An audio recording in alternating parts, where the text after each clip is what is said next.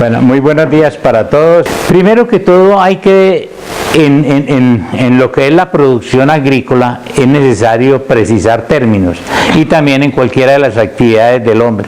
Es necesario definir muy bien qué es origen y qué es naturaleza.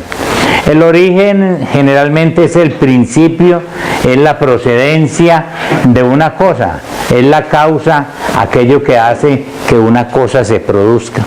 Generalmente la palabra cosa no se utiliza, pero es muy dada dentro de nosotros, en nuestro léxico, a utilizar la palabra cosa como cuando hacemos referencia a, por ejemplo, a ese árbol, mira esa cosa, a una pradera, mira esa cosa.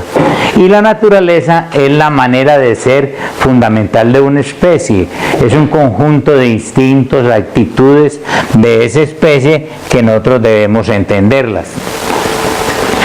Las interacciones de los artrópodos entre sí y con otros en el medio ambiente determina relaciones tróficas, relaciones de actividades a veces impensadas, inclusive sabemos de ácaros que se aprovechan de otros insectos para trasladarse de un lugar a otro y ellos nos determinan así ese fenómeno bioecológico que les digo.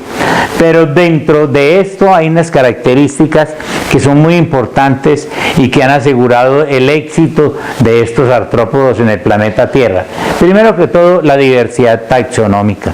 Hay una riqueza taxonómica enorme.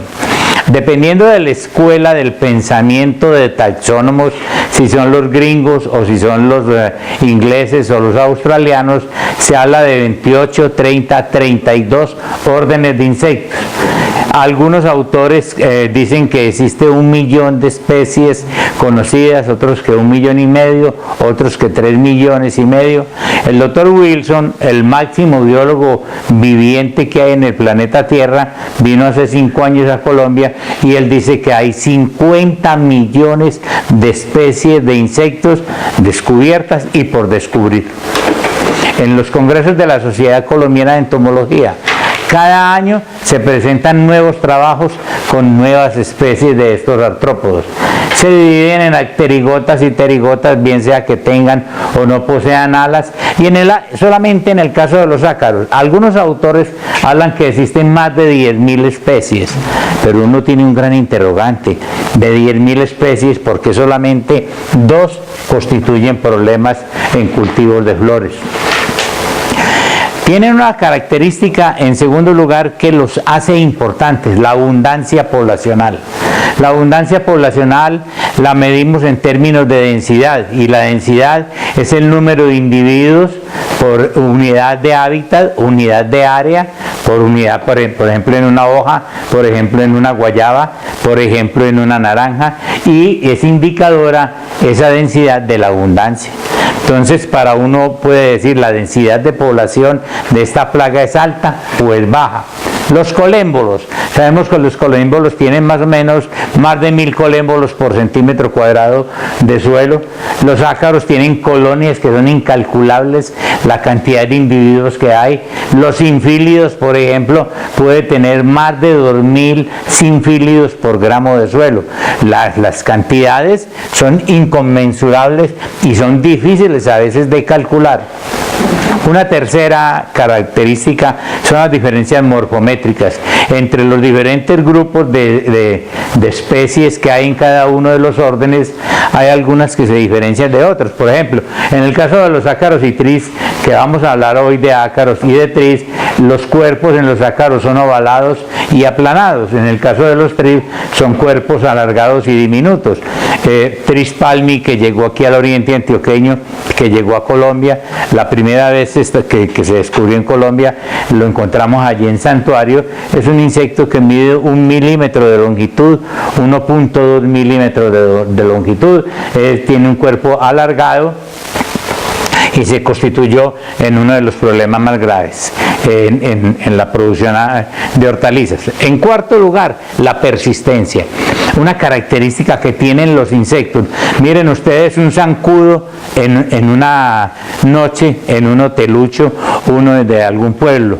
Ese zancudo Uno prende la luz para matarlo, cree que lo mató y después vinieron 100 al entierro de ese y encuentra más y son permanentes. Esa persistencia los ha llevado a tener un éxito como animales vivientes y en el caso de los colémbolos, por ejemplo, se remonta a un dato pretérito de 400 millones de años. Hay un fósil que habla inclusive que son de un periodo superior, del Carbonífero superior, de 420, 450 millones de años. Este es un fósil de un trips. Además de la persistencia, entremos a una sexta, que es la adaptación. Los artrópodos han dominado el suelo. Primero dominaron el agua, después salieron y dominaron el suelo y posteriormente dominaron el aire. Están en todos los lugares, en todos los hábitats en el planeta Tierra y se han adaptado a todos los climas. Nosotros encontramos Trispalmi a menos 3 grados centígrados y encontramos Trispalmi a 38 grados centígrados. Nosotros hicimos un recorrido por todo Colombia revisando este tisanóptero y lo encontramos en nieves perpetuas y lo encontramos también a nivel del mar. Es sorprendente también el caso de los ácaros que viven en el polvo, en los rincones de las casas y que se albergan, por ejemplo, en las vías respiratorias de los humanos, produciendo enfermedades asmáticas en las personas.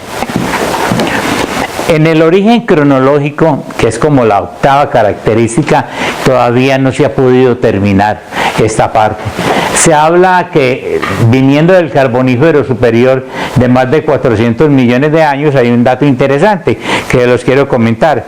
Max Umpro, un científico alemán, convenció a la gente del Instituto Max Planck, Max trabaja con fósiles de insectos, que habían insectos fósiles que estaban vivos en Namibia, en el África.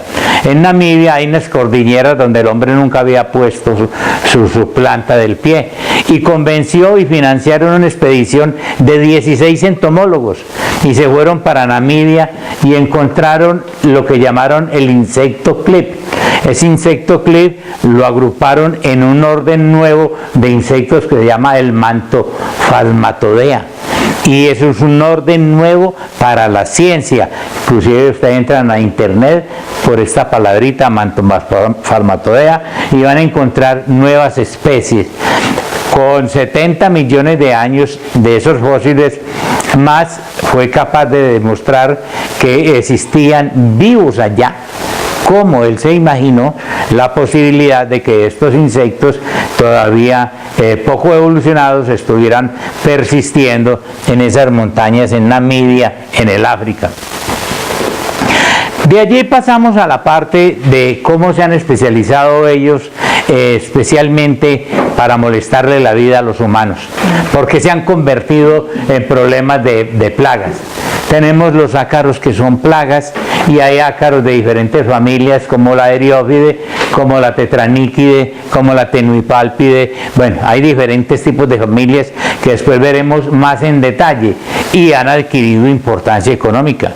¿Cuánto vale la plata o cuánto valen las inversiones que se gastan los floricultores, fruticultores, productores de aromáticas en control del Tetranicus, por ejemplo, el ácaro de las dos manchas? O, por ejemplo, cuánto se gasta ahorita los cafeteros en el control de oligónicos, otro ácaro importante en el cultivo del café. En floricultura, esa importancia económica se incrementa por fenómenos que veremos más adelante, como la hormoligosis y como es la resistencia. Los ácaros han desarrollado resistencia a los acaricidas y por eso es necesario la búsqueda de nuevas moléculas, y la hormoligosis es un fenómeno también que han desarrollado los ácaros. La hormoligosis es una especie de, como les dijera yo, de estímulo. El ácaro recibe su dosis del acaricida y se reproduce más. De una progenie se incrementa el número de individuos, como veremos más adelante. Y la hormoligosis es un fenómeno que no es nuevo. Ya vamos a ver entonces que en las intervenciones antrópicas, las intervenciones del hombre equivocadas, se han generado problemas como estos: hormoligosis, resistencia, resurgencia, plagas anteriormente controladas. Tris palmi está volviendo a repoblar todo el oriente antioqueño. Tenemos el problema de tris, por ejemplo, en la sabana de Bogotá. Veremos en la parte de tris las intersecciones entre el 2014 y 2015. Se presentan alteraciones morfométricas. Les voy a mostrar, por ejemplo, casos de teratogénesis ocasionadas por insecticidas en trips en la sabana de Bogotá, y el incremento de las poblaciones, cómo se ha dinamizado debido a la utilización equivocada de este tipo de productos químicos. La introducción que les hizo el doctor Pavón para mí es muy alentadora, que nosotros llevamos trabajando con extractos de plantas más de 20 años, más de 25 años. La tesis que yo hice cuando obtuve el posgrado en docencia de la biología en la Universidad del Tolima fue probar los extractos de un árbol que se llama caliandra. Caliandra es carbonero. De caliandra hay varias especies, hay caliandra pitieri, caliandra medellinensis, y contiene en sus estructuras florales un ácido que es el ácido pipecólico, y ese ácido pipecólico aplicado contra Spodoptera frugiperda ocasiona un problema, y es que es un antialimentario, y Spodoptera no se puede seguir alimentando. El problema que tiene el ácido pipecólico, de acuerdo a las investigaciones de los ingleses, es que isomeriza a 8 posiciones completamente diferentes.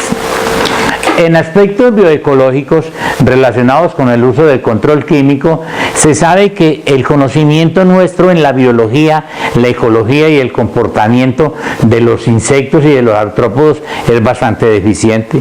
Nosotros encontramos todavía profesionales en el campo que no conocen lo que es un determinado problema.